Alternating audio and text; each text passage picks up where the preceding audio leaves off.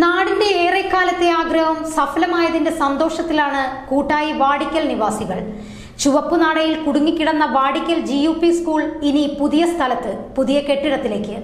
കുട്ടികളും സ്ത്രീകളും മുതിർന്നവരും ഒരേപോലെ ആഘോഷത്തിൽ.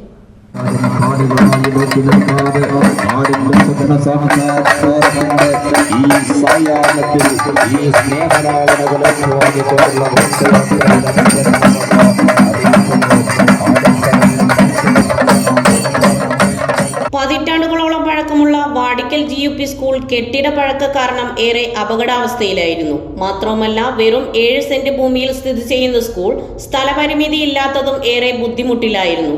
സ്കൂൾ സ്ഥിതി ചെയ്യുന്ന മംഗലം പഞ്ചായത്തിൽ സ്കൂളിന് ആവശ്യമായ സ്ഥലം ഇല്ലാത്തതിനാൽ തൊട്ടടുത്ത പുറത്തൂർ പഞ്ചായത്തിലെ റവന്യൂ ഭൂമിയാണ് ഇപ്പോൾ സ്കൂളിനായി ലഭ്യമായിരിക്കുന്നത്. ഇതോടുകൂടി സ്കൂളിന് സ്ഥല സൗകര്യവും പുതിയ കെട്ടിടവുമാകും. ഇത് പ്രദേശവാസികളുടെ ഏറെക്കാലത്തെ ആവശ്യമായിരുന്നു. ഈ ആവശ്യം സഫലമായതാണ് നാടൊന്നടങ്കം ആഘോഷമാക്കിയത്. കൂട്ടായി അങ്ങാടിയിൽ നിന്ന് KT ജലീൽ MLA നേതൃത്വത്തിൽ ഘോഷയാത്രയും നടത്തി.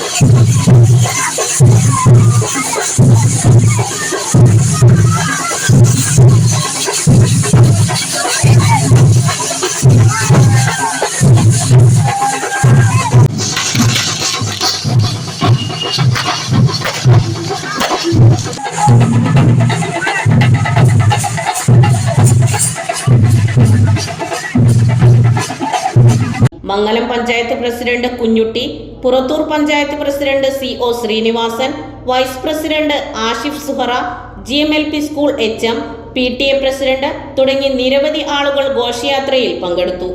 പരിപാടി GMLP സ്കൂളിൽ കൂട്ടായി ഹൈസ്കൂളിന് അവിടെ നിലനിൽക്കാനുള്ള സ്ഥലം സൗകര്യം പോരാ. അത് അവിടുന്ന് മാറ്റി സ്ഥാപിക്കണമെന്ന് കുറേ കാലമായി നാട്ടുകാർ, അധ്യാപകർ, കുട്ടികൾ, ഈ പ്രദേശവാസികളെ ഒരാഗ്രഹമാണ്. ആ ആഗ്രഹം പൂവണിഞ്ഞ ദിവസമാണ് ഇന്ന്. അത് മംഗലം പഞ്ചായത്തിലാണ് സ്കൂൾ സ്ഥിതി ചെയ്യുന്നത്. അതിന് അനുയോജ്യമായ സ്ഥലം മംഗലം പഞ്ചായത്തിൽ ഇല്ലാത്തതിൻ്റെ പേരിൽ തൊട്ടടുത്ത പഞ്ചായത്തായ പുറത്തൂർ പഞ്ചായത്തിൽ സ്ഥലം കണ്ടെത്തി 49 സെൻറ്റ് സ്ഥലം സ്കൂളിന് വേണ്ടി ഇന്ന് അത് ഏറ്റെടുക്കുന്ന ഒരു ദിവസം കൂടിയാണ്.